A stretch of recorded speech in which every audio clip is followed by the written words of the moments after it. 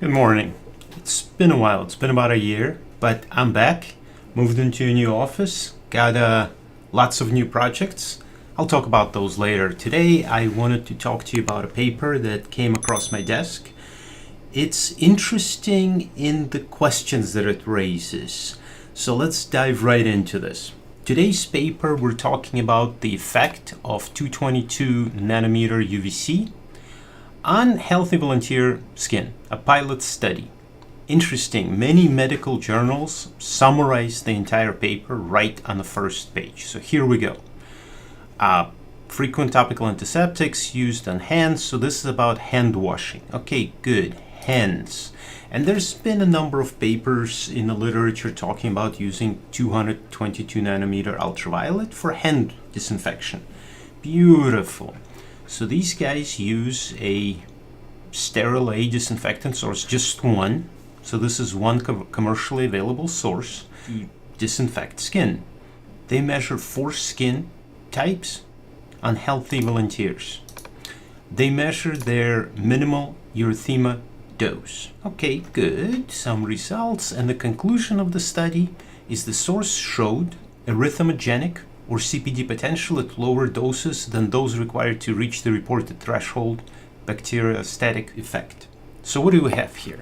This is 222 nanometer light used for washing hands, and it doesn't work.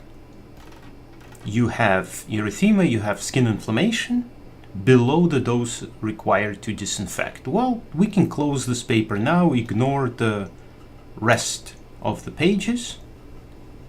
Just look at the conclusion. One thing I noticed before I closed this paper is look at the authors. One of them is from Gojo Industries. Now Gojo, as you probably might know, owns Purell. That's a hand washing company. And then immediately see, well, there's no conflict of interest. So how is their participation from hand washing company on a hand washing UV, which is direct competition to them, and no conflicts? Interesting. Let's take a look. In the background, this paper discusses the importance of hand washing, and obviously, methicillin-resistant Staph aureus is a big challenge. Antiseptic use to hands as many as 30 times per day is very frequent in healthcare. So developing a new device that disinfects hands may be better, safer, or faster than hand washing is an interesting challenge. I don't think there's much better than hand washing with warm water and soap, but we all use Purell from time to time. Well, anyway, so there's some stuff in the background, talks about different wavelengths of UV, and it has been reported previously that 222 nanometer UV is potentially not harmful to humans. Okay, interesting. That's the background. For their methods, they use a well-calibrated UV detector. I tend to believe it. I'm not familiar with this particular one, but I know the International Light Technologies company, and I use their products. They're wonderful. In a clinical study, they looked at 12 hours and 24 hours post-irradiation to assess the dose regime. They also did skin biopsies to look at any kind of DNA damage. Authors claim that this is first in men study. Interesting. Okay, so they recruited healthy male volunteers in single center at the National Photobiology Unit, so probably students or residents. Each subject served as his own negative control. Interesting. And they used narrow band UVB device acting as a positive control. Fine. Here where it gets tricky. They used 4 male volunteers, age range 22 to 28. Skin type 1, 2 of them. Skin type 2, 2 of them. Okay, so this is basically 1 per skin type, because 1 will be used for control. Interesting. So this is basically total of study of n equals 1. Table 1 summarizes the results, I guess, and there is some potential interesting information here. Let's read into the text. The MED is defined as the minimal dose of radiation at which just perceptible erythema is observed by visual examination. Okay, so we're looking for, looking at my skin, for example. If I rub it a little, there is a little inflammation that appears. Is it inflamed? I'm not sure. Maybe it's a little redder now. So I would say this is pressure from putting my hand on the table, and I say that's a little bit red.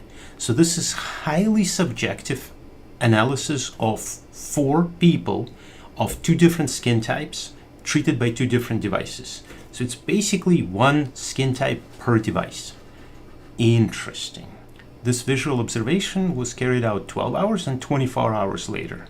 If there was no inflammation, they proceeded to increase the dose. 4 millimeter skin biopsies were taken and fixed within 5 minutes of irradiation. There was some immunohistochemical work done, but let's look at the results. By the way, the authors themselves mention a simple semi-quantitative scoring system in Table 2 was employed to evaluate the samples. The semi-quantitative scoring system where 1 human receives 1 dose, or 1 human of 1 skin type receives 1 dose. So they measure between 4 and 6 milliwatts per centimeter squared at 5 or 2.5 centimeters. The spectrum does indeed show narrow 222. So if we look at the spectrum, this is very nice 222 nanometer signal. Looks like the lamp is probably filtered. However, when they replot the same plot on a logarithmic scale, there are some small peaks in different wavelength of ultraviolet. Okay, that's fine. I mean, 254 and 234 have been linked to some inflammation to the best of my knowledge, or 257 here.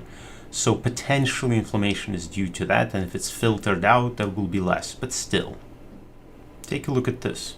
For UVC, the MAD values in the 4 volunteers tested were either 40 or 50 millijoules per square centimeter. These results are contrary to the reported anecdotal observation that suggests that the skin might be able to tolerate as much as 500 millijoules per square centimeter without producing erythema. Where's the reference? So somebody told an anecdote that said 500 millijoules per square centimeter is tolerable, and here the doses used were 40 and 50. And they observed some erythema. Okay, I'm confused about this. When they look at histopathology, the apoptotic keratinocytes, the sunburn cells, were exceptionally infrequent, even in the UVB irradiated skin. What does it mean, exceptionally infrequent? I'm not sure. I'm not a skin expert, and maybe looking at histopathology is a very complicated process, but exceptionally infrequent, meaning they're not there pretty much, even in UVB irradiated skin. I think that's what this says. So there is not much observed damage, at least from appearance of apoptotic dead keratinocytes. Okay, so UVB irradiation resulted in strong expression of CPD in both basal and subbasal epidermis. CPD was also noted within endothelial cells lining dermal capillary blood vessels in the immediate subepidermal zone, and also within the nuclei of dermal connective tissue cells. Well, this is important. So they observe damage, DNA damage, in these cells. So let's take a look at figures 2b and 3b. I don't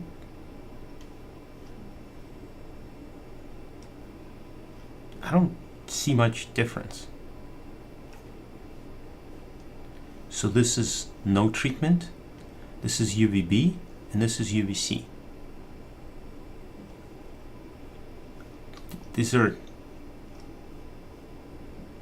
They are a little bit different, but not that much different to me. Is this enough to make the claims that the authors are making? Well, let's keep reading. I can't really see much difference between UVC and UVB, and no treatment.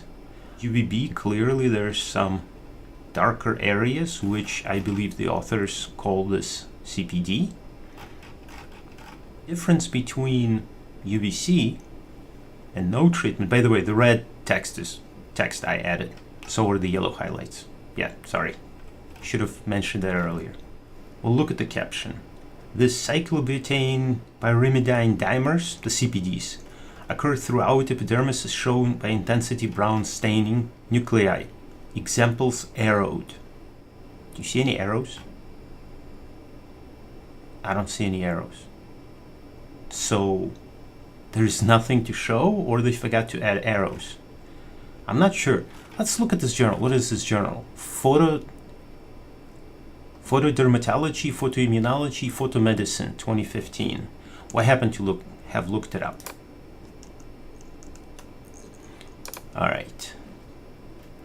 So it's published by Wiley in United Kingdom, and its SJR index is below 1. So this is pretty low index for a journal. So it's not a very major journal, so editors didn't notice that there weren't any arrows, or there are not supposed to be any arrows, maybe. Not sure. Okay, so the discussion. We have investigated both arrhythmogenic and CPD formation potential of the UVC emitting steroid device. The inter-individual results were remarkably consistent. With what? There is one skin type per device. There are 4 individuals total. 1 black guy, 1 white guy is my guess. And 1 black guy and 1 white guy that receive UVB treatment. So how is inter-individual results? And if they're remarkably consistent, they're all the same, I guess. I'm confused about this. Although 97% of the UVC was emitted at wavelengths shorter than 250, there is possibility that longer wavelengths could contribute to the effect. What effect? But okay. Now the pearl. CPDs are probably responsible for most of the DNA damage-mediated effects of sunlight. The word probably here. So if you delete it, then they're saying, look, we've observed CPDs, which I didn't, but maybe I'm overlooking something.